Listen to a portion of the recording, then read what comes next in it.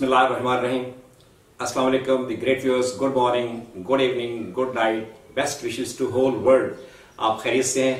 तमाम दुनिया इस वक्त जो है एक खौफनाक जो वो ह्योला है, एक छोटा सा जरसूमा है जिसको ना किसी ने देखा है, और परवरदिगार उससे महफूज रखना तमाम कायनात को। आज इतनी ही दुआ है कि या रब्बे कायनात इस आजमाइश की घड़ी से हमें निकाल दे और इसको तबाह बर्बाद कर दे, और इसको जिन्होंने छोड़ा है रब्बे करीम आप उनको मत छोड़ें और उनको सबक सिखा दें कि कैसे आपके चाहने वाले जो इंसान हैं, चरिंद परिंद हैं, उनको ये कैसे नुकसान पहुंचा रहे हैं। और हमारी दुआ है कि परवरदिगार या तो उनको हिदायत दे दे या फिर उनका टोटल वो डिस्ट्रॉय हो जाए। और इंशाल्लाह यही होगा। आजमाइश की घड़ी खत्म हो रही है, रमजान शरीफ का दूसरा अशरा शुरू होने वाला है। अल्लाह ताला हम सबको माफ फरमाए और परवरदिगार अपने दर पे झुकने की तौफीक अता फरमाए। अल्लाह का दर खुल जाए, अल्लाह का घर खुल जाए, अल्लाह के तमाम दरवाजे खुल जाएं और हम फिर हमें माफी मिल जाए।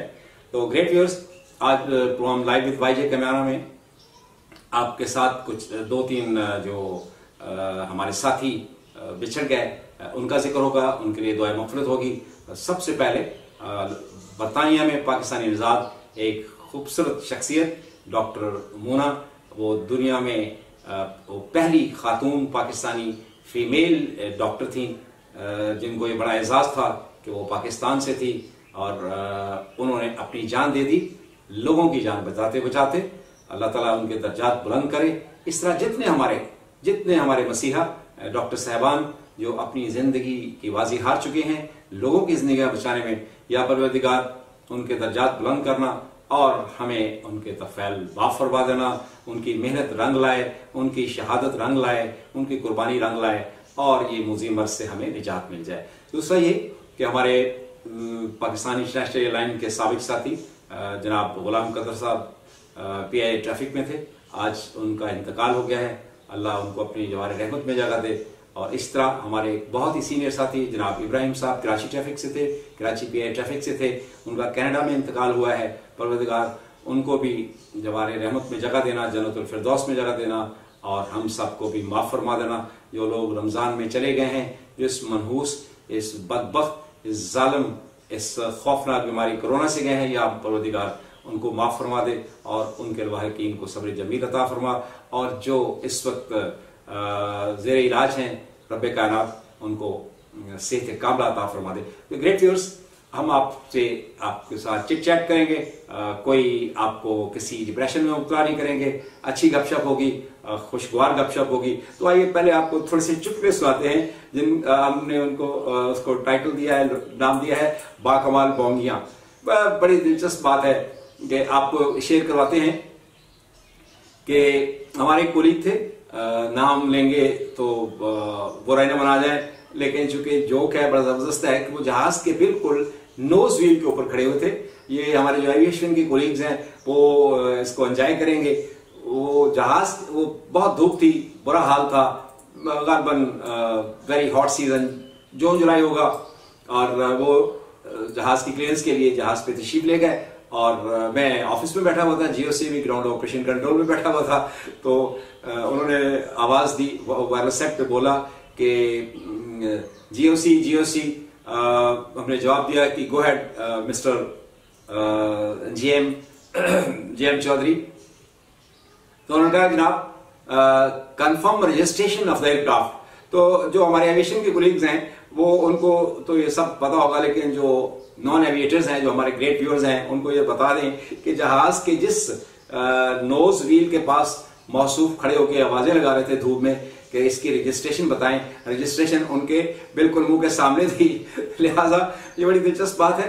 इस तरह एक बड़ी मजेदार बात है कि PI ने नाइट कोच शुरू की। तो वो जरा रात को मिडनाइट 317 फ्लाइट का नंबर था। I still remember, all of you also remembering this number, बड़ा मारूफ नंबर था। लाहौर से कराची जाती थी, PK 317, मिडनाइट थी, 1 बजे का डिपार्चर था।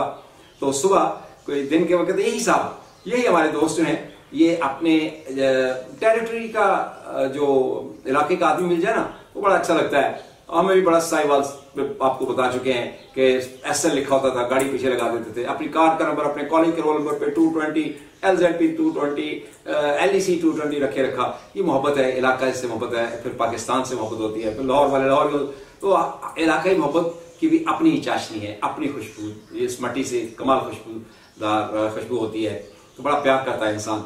तो वो उनके जो गुजरात से एक बड़े नामवर पॉलिटिशियन थे, पहले पीपल्स पार्टी में थे और उसके बाद वो फिर नून के होकर रह गए।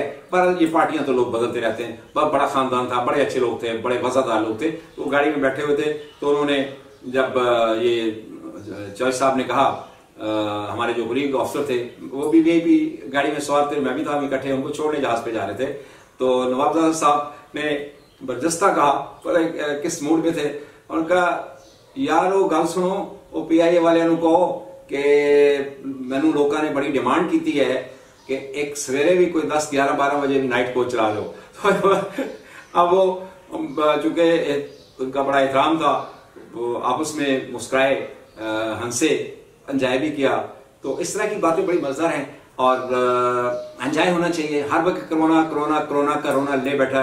मैंने अपनी तमाम जो अपनी छोटी मोटी नन्ही सी टीम है मना किया हुआ है और खुद भी फौरन इस तरह की जो मौत व हयात की जाली खबरें कंफर्म भी नहीं है, वहां से कोरोना निकला है, वहां से ये हो गया, और हम वो खबर चलाते ही नहीं है और कोशिश करते हैं कि उसको मिनिमाइज कट करके, कोई ट्रिमिंग करके ठीक किया जाए ताकि खौफ व हरास ना हो। और एक और बड़ी दिलचस्प बात वो भी आपको शेयर करा दें, एविएशन से मुझे लग गया, यू वुड एंजॉय दैट, कि हम वो जो पहले था ना कि थिंक बिफोर यू स्पीक और अपना होमवर्क करके जाएं। महाज पे जाते वक्त जो फौजी है, जवान है, वो तैयार होके जाते हैं, वो बंदूक का असला वसला, कारतूस, गोलियां साथ लेके जाते हैं, चने साथ लेके जाते हैं, पानी साथ होता है, महाज पे जाना होता है। ये नहीं कि आप मुंह उठाए अस्सलाम वालेकुम। अभी चंद दिन पहले अभी मेरे शाम की टाइम कोई असर या जोर की अजान थी, बच्चों को खड़ा कर दिया जाता है अजान देने के लिए, बड़ी अजीब बात है। और उसमें बच्चा या जवान जो भी था वो भूल गया, तैयारी नहीं थी, अजान कौन सी है, वक्त कौन सा है, असर है, जोर है, तो हम होमवर्क तो करते नहीं, उठे अस्सलाम वालेकुम शुरू हो गए और पता चला कि वो उन्होंने आधा अस्सलातु खैरुम मिनन नौम कहा। मैं भी झटका हुआ, मुझे भी, मैं परेशान हो गया। मैंने वाइफ की तरफ देखा कि किधर साड़ी असी तनी गलत उठ बैठे। एनीवे, आपको बड़ी खूबसूरत बात बताता हूं कि मेरे मालिक का करम है, बड़ी रब्बे कायनात ने वियन दी और बड़ा सोच समझ के लाइफ में चला और अल्लाह पाक ने इज्जत बख्शी, कामयाबियां दी। परवरदिगार और सलामत रखे, मेरे दोस्तों को सलामत रखे, मेरे एविएशन के कोलीग्स को सलामत रखे, और जो खैर खा हैं पाकिस्तान इंटरनेशनल एयरलाइंस के, जो मीडिया में बाकिरदार लोग हैं, परवरदिगार उनको सलामत रखे और इस मुल्क की खिदमत करने का हमें सरतोड़ मौका दे, जान तोड़ के मौका दे कि ये मुल्क बड़ी मुश्किलों से बना है। इस पर हम बात करते हैं। लेकिन आइए आपको दिलचस्प एक बात बताएं कि हम भौंकियां क्या मारते हैं। मैं नाइट शिफ्ट में गया तो मुझे जाते पता चला कि PK 759, all my colleagues, you would be happy to know कि अभी तमाम फ्लाइटों के नंबर भी याद हैं, टाइम याद है, दोस्तों के नाम याद हैं, इसलिए कि मैं लिंक रहता हूँ, आप ऐसा लिंक रहते हैं, हेड ऑफिस लिंक रहता है। मैं छोटे जो बैगेज हैंडल्स लेके, क्लियरेंस लेके टॉप लोगों से राब्ते में रहता हूँ। राब्ते में रहना चाहिए, खैर खबर रखनी चाहिए, मौत का क्या पता, जिंदगी का तो कोई इतबार ही नहीं है, लिहाजा आपस में लिंक रहना चाहिए, खैरियत रहना, पूछते रहना चाहिए, बच्चों की खैरियत दरियाफ्त करनी चाहिए। देखिए, हम हर वक्त शेयर करते हैं, अगर कोई हमारा साथी जिसने हमारे साथ जिंदगी का अरसा गुजारा, अगर वो दुनिया से चला गया तो हम उसको मून करते हुए उस खबर को लगाते हैं, दोस्तों तक पहुंचाते हैं, ताकि कम से कम इन्ना लिल्लाहि व इन्ना इलैहि राजिऊन तो कह सकें। तो पाकिस्तान इंटरनेशनल एयरलाइंस की फ्लाइट जो थी वो PK 759 जद्दा जाती थी, अभी जद्दा ही जाती होगी, इंशाल्लाह फिर जाया करेगी, फिर जाएंगी फ्लाइटें, ये बहाल होगा सिलसिला सारा। तो मैं जब गया तो मुझे उन्होंने कहा कि 759 जो है वो उसको होल्ड कर लिया कस्टम वालों ने, और आप जहाज पे पहुंचे, सस्पेक्ट है, कोई नारकोटिक्स का सस्पेक्ट है। सो मैंने चार्ज वार्ज लिया और आई पर्सनली रश। मैंने ये नहीं किसी को कहा कि तू चला जा, इधर चला जा, नो, ये बड़ा इंपॉर्टेंट इश्यू था। और जहाज रुका हुआ था, फुल जहाज था, 759 शेड्यूल फ्लाइट थी, फुल, और I still remember it was 747। क्या खूबसूरत जहाज था। जहाज पे गए तो कस्टम वाले दरवाजे पे खड़े हुए थे, जहाज को होल्ड किया हुआ था। तो अब आप देखिए, मैंने स्टेट में पूछा कि क्या मामला है। तो जहाज पे जो कस्टम ऑफिसर थे सारे हम एक दूसरे के आपस में दोस्ती थी, जानते थे। तो उन्होंने कहा जी कि हमें इंफॉर्मेशन है, हमने अंदर से एक सांप को पकड़ना है। मैंने कहा ओके, इट्स ओके, बट आपने कानून और कायदे का ख्याल रखिए, मुझे इन राइटिंग दीजिए, कल कौन जिम्मेदार होगा, कल कौन कहेगा कि की होया, हादसा हो गया, कौन कोई सू कर दे, कोई रिट कर दे, कोई और हो जाए तो कौन जिम्मेदार होगा।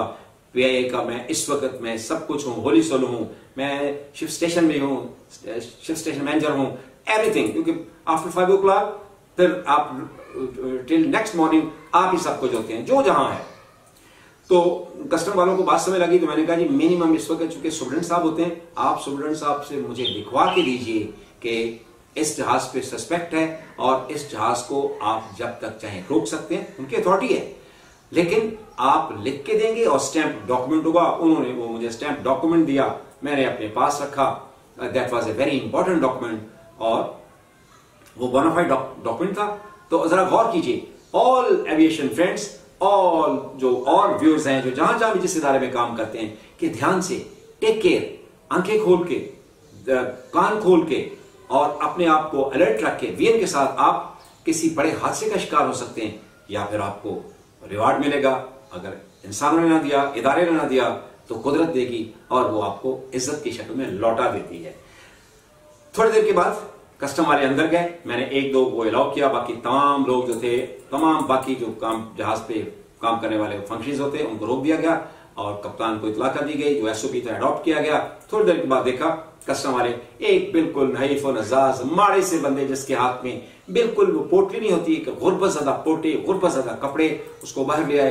हैरानी थी, परेशानी थी कि ये बंदा 747 पे जद्दा जा रहा है, 757 फ्लाइट का नंबर और 747 बोइंग का बड़ा जहाज जो है, इस पे जद्दा जाए। जद्दा नॉर्थ से लेके जाते हैं लोग, गर्दन कटने से नहीं डरते लोग, टांगे कटने, बाजू कटने से नहीं डरते, बाज नहीं आते, यहीं रह जाना है। और जिनके लिए करते हैं वो कब्र पे नहीं आते। खैर, जिस बंदे को बाहर लाए तो उसको मैंने, जब वो उसको लेके जाने लगे तो मैंने उससे पूछा कस्टम वाले साहब से कि ये क्या नाम है इनका। तो मालूम ये हुआ कि जिसकी इंफॉर्मेशन थी उसकी बजाय पहले तो किसी और को लेके आ गए।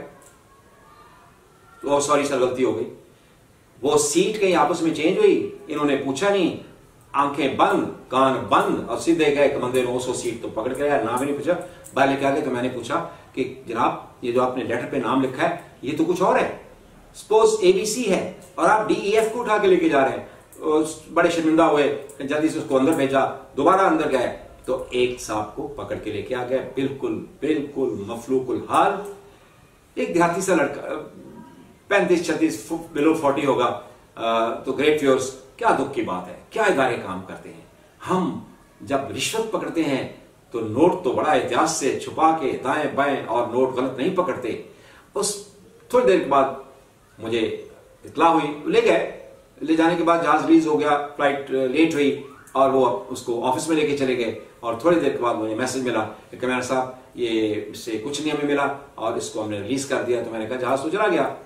बात क्या दुख की है कि वो बेचारा जिस गांव में रहता था, उस गांव में जिस किसी गांव में किसी के साथ अनबन होगी, क्लैश होगा, शरीका बरादरी का सिलसिला होता है, उस दूसरे बदबख्त का, उसके दुश्मन का जो कोई अजीज और प्यारा पुलिस अफसर था, बात क्या निकली, उसने इस कदर जुल्म कर दिया कि उन्होंने जब वो ट्रेवल कर रहा था, एक्सक्यूज मी, तो कस्टम को इन्फॉर्म करके उसको पूरी कोशिश की कि वो जेल चला जाए, रुल जाए, उसका कैरियर बर्बाद हो जाए। लेकिन थैंक्स गॉड पहले एपिसोड में तो कस्टम से गलती हुई, लेकिन हम भी अलर्ट रहे। उसके बाद फिर क्या बताएं आपको, कुछ भी नहीं हुआ। 45 minutes, about 40 minutes flight late हुई, लेकिन क्या हो, कुछ भी नहीं हुआ। लिहाजा सीखना चाहिए, अकल से काम लेना चाहिए और अकले सलीम से काम लेना चाहिए। छोटी छोटी बातें जो हैं वो हम हादसे का शिकार हो जाते हैं, इदारे हादसे का शिकार हो जाते हैं। तो द ग्रेट व्यूअर्स, लेकिन खुदारा कुछ तो एहतियात करें। अगर हम एहतियात नहीं करेंगे तो फिर तो जुकाम बिगड़ जाए, फिर तो टाइफाइड बिगड़ जाए, तो उसमें भी जो आपके सामने हालात होते हैं। लिहाजा वही रिक्वेस्ट कि मेहरबानी फरमा के जितना हो सके एहतियात करें और जो जो एसओपीज हैं उसको अडॉप्ट करें, ताकि इसको हम फैलने से तो बचा सकें। लिहाजा इस पे गुफ्तगू ज्यादा लंबी चौड़ी नहीं कर सकते ताकि आप परेशान ना हो जाएं।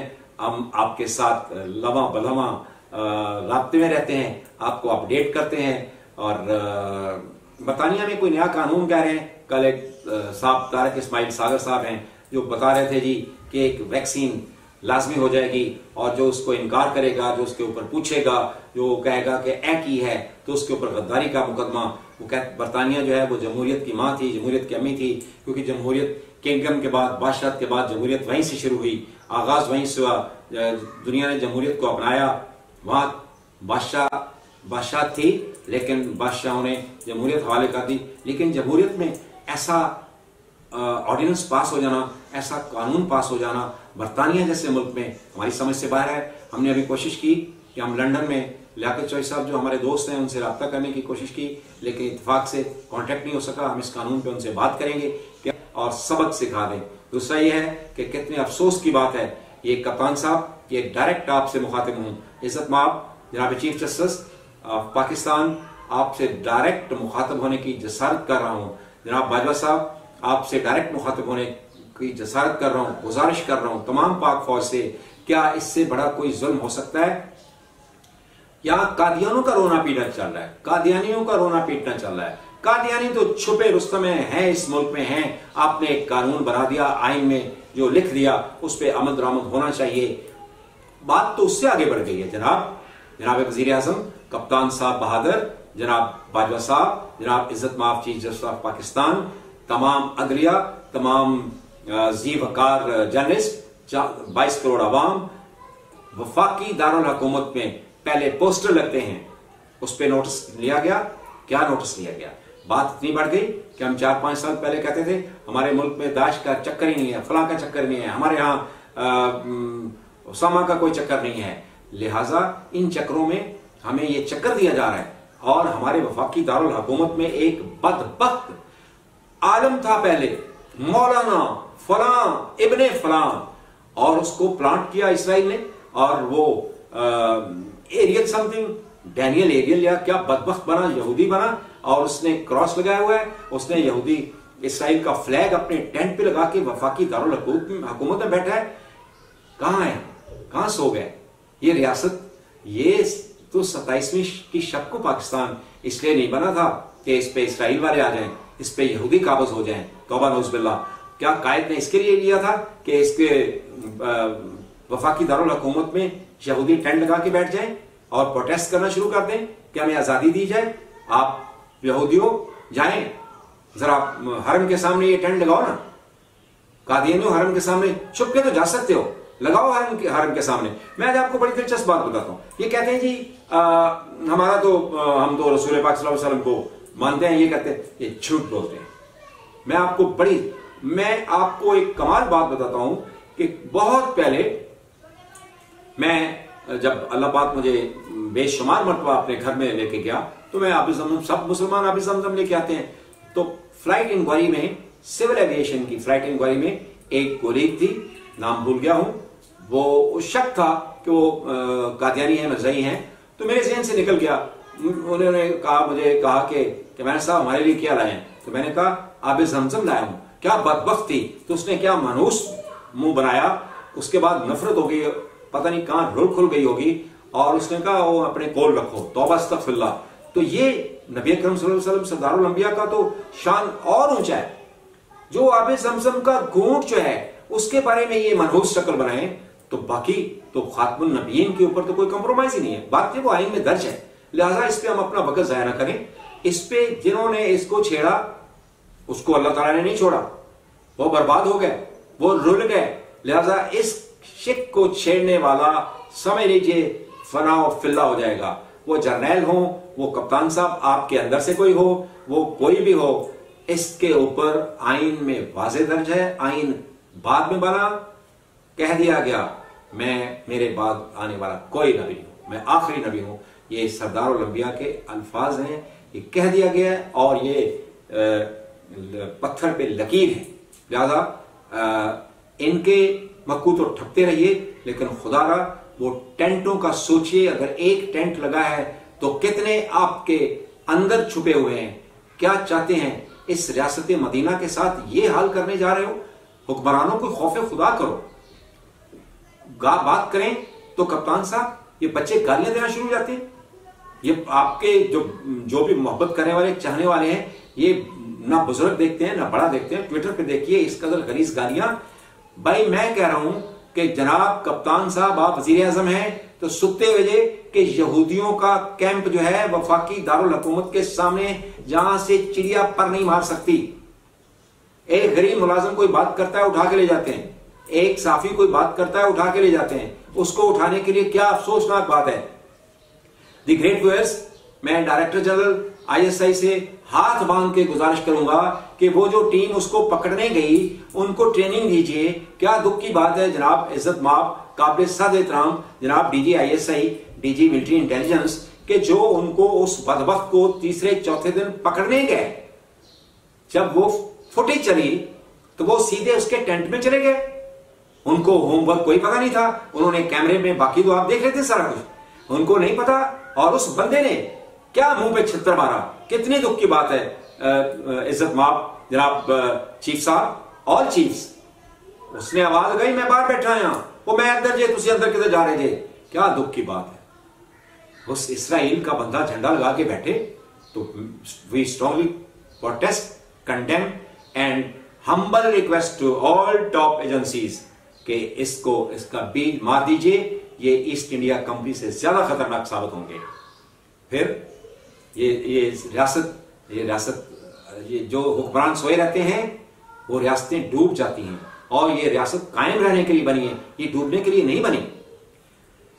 मैं एक और गुजारिश करूंगा इज्जत माब जनाब चीफ जस्टिस ऑफ पाकिस्तान से, मैं पैमरा से, मैं चूंकि इसमें फौज इन्वॉल्व नहीं है, नैब के जनाब चेयरमैन साहब से गुजारिश करूंगा और मीडिया के तमाम दोस्त जो जी वकार मीडिया के दोस्त हैं, वो जनाब मीर शकील रहमान साहब, मुझे मीर शकील साहब से इतनी गर्ज नहीं है।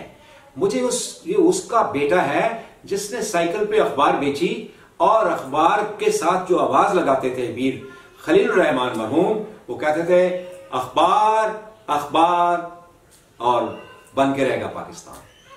तो उसका बेटा आपने पकड़ लिया है।